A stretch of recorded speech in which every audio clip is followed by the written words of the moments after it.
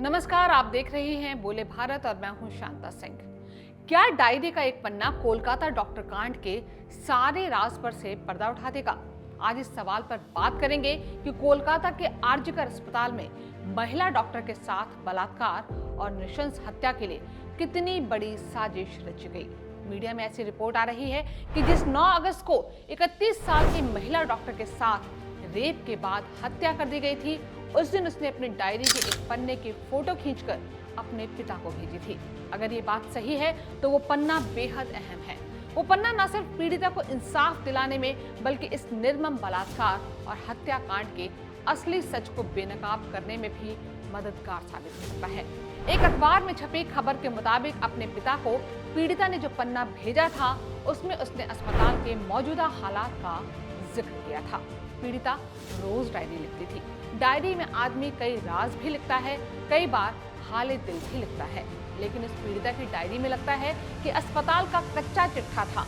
वो कच्चा चिट्ठा जिसे छुपाने के सारे जतन अस्पताल प्रशासन करता रहा। वो कच्चा चिट्ठा जिसमें एक सवालिया निशानों वाले प्रिंसिपल को बचाने में ममता बनर्जी की सरकार जुट गई।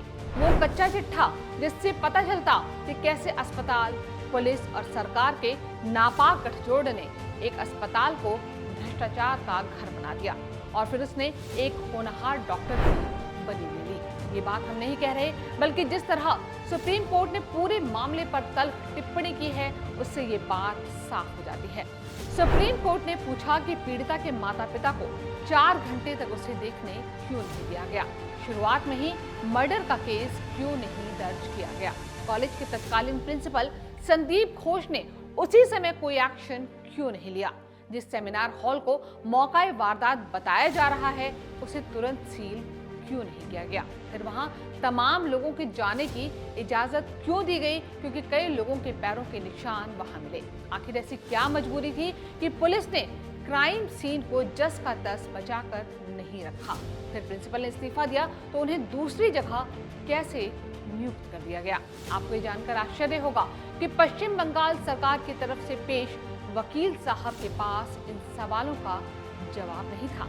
जवाब इसलिए नहीं था क्योंकि कोलकाता के इस अस्पताल में बहुत कुछ काला हुआ है, बहुत कुछ बुरा हो रहा था जिसे छुपाने की कोशिश हुई।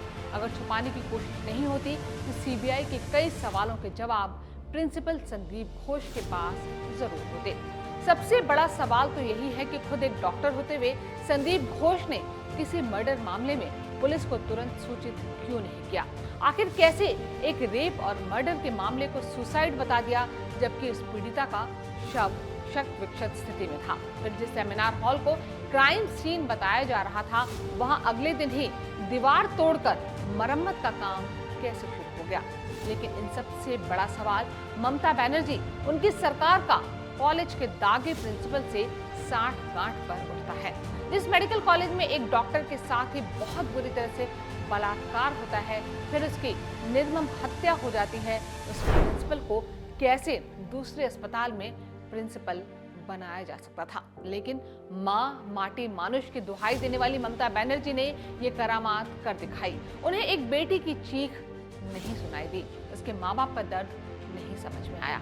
उन्हें बहुत खराब कहें या कहें ध्वस्त हो चुकी अपनी कानून व्यवस्था नहीं दिखी। बस उन्हें वो दागी प्रिंसिपल दिख रहा था जिसे बचाने में वो जुट गई। अब चाहे जानबूझकर या अनजाने में, ये जांच का विषय है। ये तो कलकत्ता हाईकोर्ट ने संदीप घोष को लंबी छुट्टी पर भेजकर न्याय की इज्जत रख ली। नहीं तो ममता बनर्जी एक तरफ सड़क पर मार्च करके अपने राज्य की महिलाओं को झांसा देती, दूसरी ओर अपने प्रिय प्रिंसिपल को भी बचा लेती। कलकत्ता हाईकोर्ट से लेकर सुप्रीम कोर्ट तक अगर इस मामले को संज्ञान में लेकर एक्शन में नहीं आए होते तो आरजीकर मेडिकल कॉलेज का पूर्व प्रिंसिपल एक डॉक्टर से बलात्कार और हत्या के बाद भी मौज कर रहा होता। लेकिन अब सुप्रीम कोर्ट ने जहां मेडिकल कॉलेज प्रशासन और प्रिंसिपल की भूमिका पर सवाल खड़े किए हैं, तो वहीं सीबीआई का शिकंजा भी कस चुका है। उधर सीबीआई का दबाव और सुप्रीम कोर्ट के डर से कोलकाता पुलिस ने आरजीकर मेडिकल कॉलेज और अस्पताल के पूर्व प्रिंसिपल संदीप घोष और अन्य के खिलाफ आईपीसी की धारा 420 के साथ धारा 120 भी और भ्रष्टाचार निवारण अधिनियम 1988 की धारा 7 के तहत मामला दर्ज किया है। इसके बाद राज्य सरकार ने इस मामले की जांच के लिए SIT का गठन किया है, जो आरजीकर मेडिकल कॉलेज में अनियमितताओं की जांच करेगी। लेकिन ये सब जांच को आगे बढ़ाने के लिए है या ममता सरकार की जान बचाने के लिए? ये बात हम इसलिए कह रहे हैं क्योंकि डॉक्टर संदीप घोष को उसी आरजीकर मेडिकल कॉलेज में बार बार नियुक्तियां दी गई।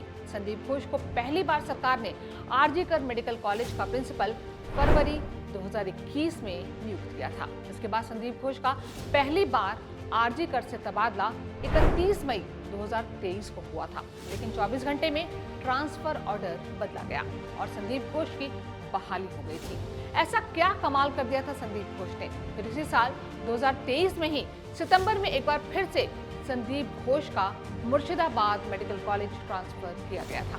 तब राज्य सरकार ने आरजीकर मेडिकल कॉलेज का प्रिंसिपल डॉक्टर मानस कुमार बंदोपाध्याय को बनाया, लेकिन महीने भर में फिर से संदीप घोष की प्रिंसिपल के तौर पर वापसी हो गई। बगैर सत्ता के गलियारों में मजबूत और ऊंची पहुंच के क्या ये सब संभव था? वैसे भी अस्पताल के भीतर ही अब कुछ दबे स्वर में ही सही डॉक्टर संदीप कुमार घोष की दादागिरी और भ्रष्टाचार की कहानियां खुलने लगी हैं।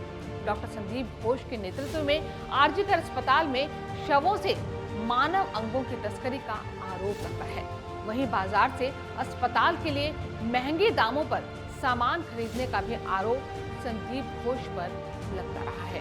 ये भी आरोप लगता है कि वह अस्पताल में सामान मंगवाने के लिए वेंडरों से टेंडर के लिए कट मनी लेते थे। साथ ही बायो कचरे की बिक्री और उसके मैनेजमेंट में गड़बड़ियों के आरोप भी उन पर लगते रहे हैं।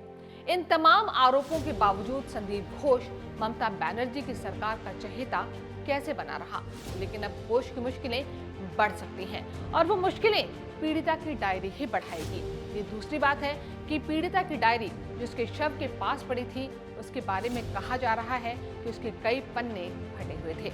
आखिर उस वक्त उसकी डायरी के पन्नों को क्यों फाड़ा गया? इन सवालों का जवाब सीबीआई की जांच से पता चलेगा।